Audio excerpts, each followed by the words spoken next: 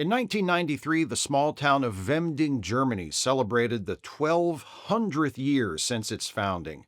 Standing on the eastern edge of the Nördlinger Ries, a 15-million-year-old meteorite crater, Weimding was established in the year 793 when a certain Count Helmoin donated some land to the Bishop of Freising for the construction of a monastery.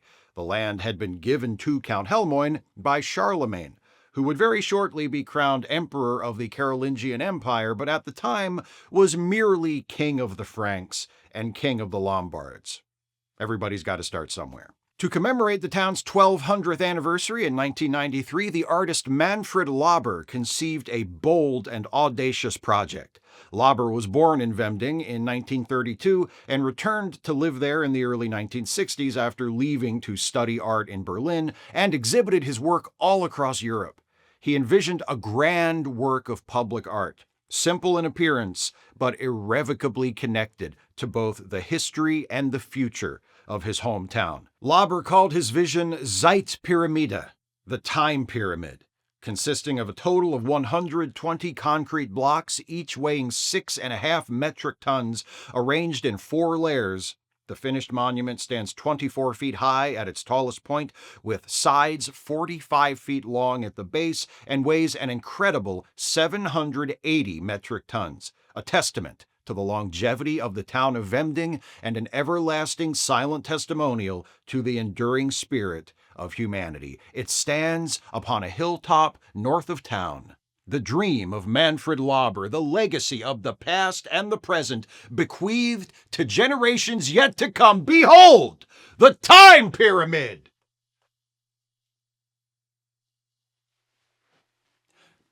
That's all they've got done so far. But when it's finished, it's going to look amazing. I'm guessing. There's no problem. It's supposed to look like that. Construction has been proceeding on schedule since the first block was placed in 1993. See, I haven't told you why it's called the time pyramid. This 120-block structure is being built at the very deliberate rate of 1 block every 10 years. So the first block was placed in 1993, the second in 2003, the third in 2013, and the fourth in 2023. The fifth block will be installed in 2033, the sixth in 2043, and so on until the whole thing is done. If construction continues according to Lauber's original plan and on schedule, the whole thing will be done in the year 3183, 1190 years after the laying of the first stone.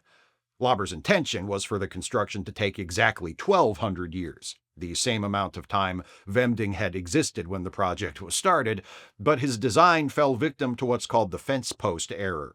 Since the first stone was placed at the very beginning, year 0, if you will, that means the second stone was placed in year 10. There will always be one more stone standing than the number of decades since construction began. The project is now 3 decades old, and there are 4 stones. When the project is 119 decades old, there will be 120 stones, and it will be finished. Whoops. Since the error was discovered, some alternate designs have been proposed that would incorporate 121 blocks instead of 120, allowing the construction schedule to follow Lauber's intended 1,200-year plan. I guess they could also decide to just skip a decade at some point to hit that 1,200-year mark exactly without changing the artist's original vision for the structure itself. Manfred Lauber died in 2018, and any future decisions about the time pyramid will be made by the publicly funded foundation that manages the site. So far, they seem happy to stick with the original design, or at least to save any decisions as far as that goes for their successors. Changing Lauber's original design would be a shame, but then again, so would continuing on the current path of finishing the pyramid 10 years early. The design of the time pyramid represents a really rare and beautiful intersection of history, art, and math. When completed, the pyramid will have a base layer consisting of 64 blocks placed in an 8x8 square. The second layer will have 36 blocks in a 6x6 square. The third layer will have 16 blocks in a 4x4 square, and the top layer will be 4 blocks in a 2x2 square. Lauber's concept only makes sense because it's possible to construct a step pyramid using 120 blocks, and weimding was 120 decades old at the time the pyramid was conceived. A step pyramid built from a 7x7 base would have 3 layers and consist of 83 blocks. To do the same thing with that design as Lauber intended to do with his design, you would have needed to begin construction in weimding's 830th year, which was 1623. Or actually, you'd want to place the first block in 1633 if you wanted to avoid the fence post error. A step pyramid with a 9x9 base would have a total of 165 blocks. To do the same thing with that design as Lauber intended for his design, you'd have to wait for weimding's 1650th year, 2443, or 2453, again to avoid the fence post error. In other words, Manfred Lauber's concept of beginning construction of a step pyramid in weimding that would take exactly as long to build as the town had existed up to that point could only have been done at a few previous points in the town's existence, all of which are long centuries past and couldn't be done again for almost another 5 centuries at the soonest. History and math united by art.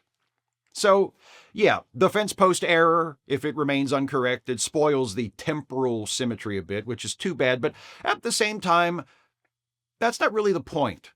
If I read Lauber's intentions for the time pyramid correctly, and who better to interpret the motives of a deceased, renowned 20th century Bavarian artist than a random American YouTuber who just finds all of this kind of neat, the time pyramid isn't just about exactly mirroring the length of time weimding had existed when the first stone was placed. It's about inviting the people of weimding and everyone else who sees or even learns about the pyramid to reflect upon the concept of time and its meaning in our lives. To contemplate the time pyramid is to feel the weight of those 1,200 years, technically 1,190 years, that it will take to complete. Think of the world as it was in the year 793, when the town of weimding was founded. Now think of the world as it was in 1993. Those of you who are old enough to remember, that is. To those of you who aren't old enough to remember 1993, hi kids! Thanks for watching me. It makes me feel cool. Think of how our modern world would look to someone from 793. That's the late 8th century. That's almost 1,100 years before the existence of Germany as a unified nation-state. A time when people were still ruled by kings and nobles. A time when a pope could crown an emperor. No democracy, no mass transportation or mass communication, no electricity or advanced technology, no modern medicine. What would someone from then make of today? Now try to imagine the world of the year 3183, the late 32nd century. Will human civilization then be as different from today as today is from 793? Will human civilization still exist by then? It's a grim question, but how do you not ask it in light of everything? It's also a question which we, that is, all of us who are here right now, will not get the answer to. No one alive today will see the time pyramid finished, nor will their children or their grandchildren or their great-grandchildren. Typically, we build monuments to the past, but this one is a monument to the future. A monument to the future built piece by piece in a long succession of present days, connecting all who stand before it to the past. There's a quality to the time pyramid that I find deeply stirring. It's a noble, forward-looking thing. But it's also sad. To see it from our point in time is to be confronted with the unavoidable fact of our own mortality. I don't do well with that. I don't enjoy being mortal. I mean, I'm enjoying it while it lasts, but that's the problem. It lasts only a short time, all things considered, and then there is, I admit, an undeniable beauty to the whole grand and tragic cycle of birth and death. It's the natural order. It's the way of things. I accept it. I'm just not happy about being stuck in it. And yet projects like the time pyramid remind us that there are ways of cheating death, in a sense. There are ways of lasting beyond our mortal lives, not by living forever, but by leaving something behind. The time pyramid is a work that is being made today that will never belong to us in its completed form. The generation that started it will not see it finished. Most of the generations who contribute to its construction will not see it finished. It's not just a monument, it's a message to be written by generations spanning 12 centuries to the people of the future, to say, we were here, and we were thinking of you. But I suspect Manfred Lauber didn't intend only to send a message to those people in 3183 and beyond who will see the finished pyramid. He had something important to tell our generation, and every generation that will exist between now and the time when the final block is set into place. It's subtle, but it might be the most profound thing Lauber was trying to say. The immense building blocks of the time pyramid are made of concrete. I don't know much about concrete. Do you take me for a common workman? Or a person with useful skills? No, that's not me. But I do know this. Modern concrete doesn't last for 12 centuries. I looked it up, and the typical lifespan, so to speak, of modern concrete before it needs to be replaced is more like 1 century at the most. Why then did Manfred Lauber choose concrete as the material for the time pyramid? Why not specify that the blocks be made from solid rock, like the megaliths of Stonehenge, or the blocks used to build the Egyptian pyramids? Those structures have stood the test of time, and then some. Was Lauber trying to make a statement about the fragile and fleeting nature of existence? About the folly of human ambition? How even our greatest plans are ultimately fated to turn to dust? Maybe, but I don't think so. Manfred Lauber strikes me as a thoughtful and intelligent artist. He was also working with a lifetime of experience when he conceived the time pyramid in 1993. He knew what he was doing when he selected concrete as the material for this project. The deliberate nature of Lauber's choice is confirmed by his daughter, Barbara.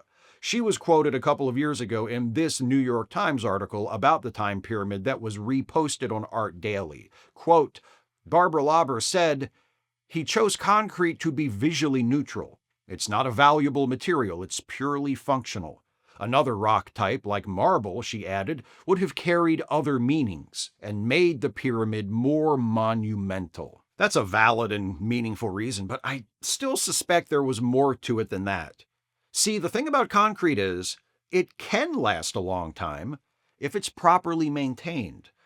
With the right preservation techniques applied and regular upkeep, the concrete blocks used to build the time pyramid can survive intact long enough for the structure to be completed and well beyond. When he began building the time pyramid, Manfred Lauber wasn't just starting a project that future generations would have to finish. He was creating something that future generations would have to care for and then pass on to the next generation to continue the work. That article from which I just quoted the words of Barbara Lauber also contains remarks made by Michael Munker at the ceremony in weimding in 2023 when the fourth block of the pyramid was set into place. Munker is the founder of a network that brings together caretakers of long-term art projects like the time pyramid. From the article, in a speech at the ceremony Saturday, Munker said, "The time pyramid can remind people that each generation has a duty to posterity, with the power to leave legacies behind that expand their descendants' options and possibilities, or curb them. Future generations currently have no rights. Nobody stops us from harming them," he said. "We should change that. Let us be good ancestors, building something for succeeding generations that we won't get to see." Humanity isn't good at that. We're impatient, we're impulsive, we're short-sighted, we're selfish. We struggle with conceiving of the future beyond our lifetimes as something real, something that will exist, something to which we owe responsibilities. The time pyramid asks us to defy all of those aspects of our nature. Its continued existence and its ultimate completion depend on us overcoming our impatience and impulsivity and short-sightedness and selfishness. That's why, despite its minimalist design and drab, undecorated appearance, I find it to be a work of such radical optimism. Manfred Lauber conceived this project knowing he would die with it still having only just begun.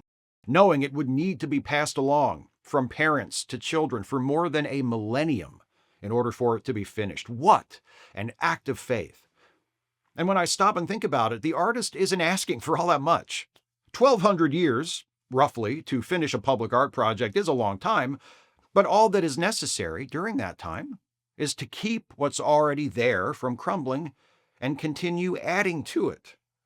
That doesn't seem impossible, does it?